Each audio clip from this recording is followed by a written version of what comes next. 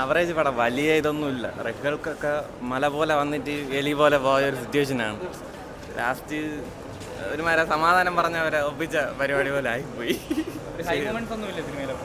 വലിയൊന്നുമില്ല, ആകെപ്പാടെ ഒരു സെലസ്റ്റിയൽസിൻ്റെ ഇടയിലുള്ള ഒരു ഫൈറ്റ് മാത്രമേ അത്ര കൊള്ളാവുന്നതായിട്ട് എനിക്ക് ഫീൽ ചെയ്തോളൂ. ബാക്കിയൊക്കെ അത്രയ്ക്ക് ഇത്രയൊക്കെ തന്നെ. സീക്വൽ ഇനിയിപ്പോൾ തണ്ടർ ബോൾട്സിൽ ഇറങ്ങുമല്ലോ, അപ്പോഴേ കാണാം, അപ്പോഴറിയാം. വലിയ ഒരു ഗുമ്മ ഞാൻ ഫീൽ ചെയ്യണില്ല. ഒരു കഴിഞ്ഞ കുറച്ച് സിനിമയായിട്ട് കണ്ടുവരുന്ന മാർവലിൻ്റെ ഒരു രീതി തന്നെ ഇപ്പോഴും. വേറെ ഒരു എടുത്തു പറയേണ്ട ഒന്നും കാണുന്നില്ല. അത് കുഴപ്പമില്ല, കുറച്ച് ബെറ്റർ ആയിട്ടുണ്ടായിരുന്നു. പക്ഷേ സിനിമ ഉടനീളം ചെറിയൊരു ലാഗും കുറച്ച് ഒരു ഹൈപ്പില്ലാത്ത പോലെ പോകുന്നു. ടിപ്പിക്കൽ മാർവൽ ഫാനുള്ള സ്ഥിതി വെച്ച് നോക്കുമ്പോൾ ഞാൻ എൻ്റെ പെർസ്പെക്റ്റീവ് പറയുന്നത് 10-ൽ 7-6 അതിൻ്റെ ഇടയിൽ കൊടുക്കാൻ പറ്റും. കാരണം ശരിയാ, ഒരു വിൻ്റർ സോൾജർ ഓഫ് ഫാൽക്കൻ്റെ പടം അല്ലാതെ വെച്ച് നോക്കുമ്പോൾ നമ്മുടെ ഒരു കോൺസെപ്റ്റിൽ എത്തിയില്ല പടം. പിന്നെ കണ്ടിരിക്കാൻ കഥ കൊള്ളാം, എല്ലാം കൊള്ളാം.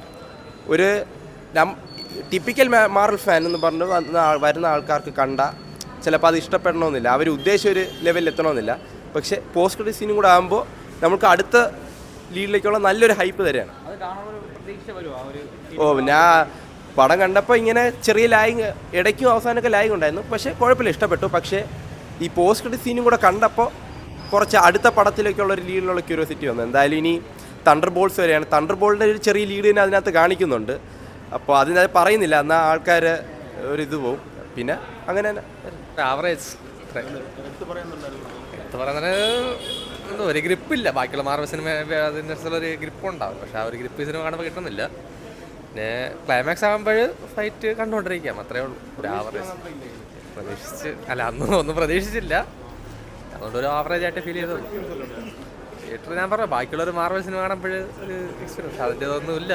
ജസ്റ്റ് ഒരു സിനിമ കണ്ടുകൊണ്ടിരിക്കാം, കുഴപ്പമില്ല. നമുക്കൊരു എബവ് ആവറേജ് ഒരു 6.5 കൊടുക്കാം. അല്ലാതെ പ്രത്യേകിച്ച് ഈ പടത്തിൽ നമ്മുടെ winter soldier model, captain America winter soldier model ഒരു ഇത് കിട്ടുന്നില്ല. ഗ്രിപ്പിംഗ് ഒക്കെ ലേശം കുറവാണ്. പക്ഷേ വൺ ടൈം വാച്ച് തിയേറ്റർ എക്സ്പീരിയൻസിന് വേണമെങ്കിൽ വന്ന് കാണാം. റെഡ് ഹൾക്കിൻ്റെ ഇൻട്രോ ഒക്കെ ഉണ്ട്. റെഡ് ഹൾക്ക് ലാസ്റ്റാണ് വരുന്നത്, പക്ഷേ കൊള്ളാം. ആ ഒരു പാർട്ട് പ്രത്യേകിച്ച് കൊള്ളാം. പിന്നെ ആക്ഷനൊക്കെ കൊള്ളാം. ആ ഒരു നമ്മുടെ മറ്റേ സാം വിൽസൺ വരുന്ന ആ ഒരു ഫൈറ്റൊക്കെ ഉണ്ട്. തിയേറ്റർ എക്സ്പീരിയൻസ് അത്യാവശ്യമുണ്ട്. ഒരു തവണയൊക്കെ ഒന്ന് കണ്ടുപോകാം. ഭയങ്കര വലിയ നമുക്ക് സെക്കൻഡ് ടൈം വാച്ച് എന്നൊന്നും പറയാനില്ല. വൺ ടൈം വാച്ച് കുഴപ്പമില്ല, കൊള്ളായിരുന്നു അത് സിനിമ.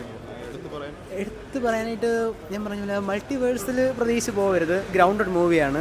അപ്പോൾ ആ ഒരു രീതിക്ക് എക്സ്പെക്ട് ചെയ്ത് കാണുക. നമ്മൾ മാർവൽ സ്റ്റഡീസ് തുടങ്ങിയ ആ സമയത്തുള്ളത് പോലത്തെ ഒരു ഗ്രൗണ്ടഡ് മൂവിയാണ്. അത് എൻജോയ് ചെയ്യാൻ പറ്റുന്നവർക്ക് നല്ല രീതിക്ക് എൻജോയ് ചെയ്യാൻ പറ്റും. എന്നുവെച്ചാൽ ഞാൻ പറഞ്ഞില്ല, എന്തായാലും ഇത് ഗ്രൗണ്ടഡ് മൂവിയാണെന്ന് എനിക്ക് ആ ഒരു എക്സ്പെക്റ്റേഷൻ ആയിരുന്നു. അപ്പോൾ എനിക്ക് പ്രത്യേകിച്ച് വേറൊരു കുഴപ്പം തോന്നിയില്ല, ഇഷ്ടപ്പെട്ടു, കൊള്ളായിരുന്നു, കുഴപ്പമില്ല. ഹൾക്കിൻ്റെ സീക്വൻസൊക്കെ ഉള്ളായിരുന്നു, പുതിയ റെഡ് ഹൾക്കിൻ്റെ. ബാക്കി ദിശ എന്ന് പറഞ്ഞാൽ വലിയ പഴയ ഒരു എക്സൈറ്റ്മെൻറ്റ് ഇപ്പോൾ ഇല്ല മാർവൽ സിനിമ കാണുന്നത്.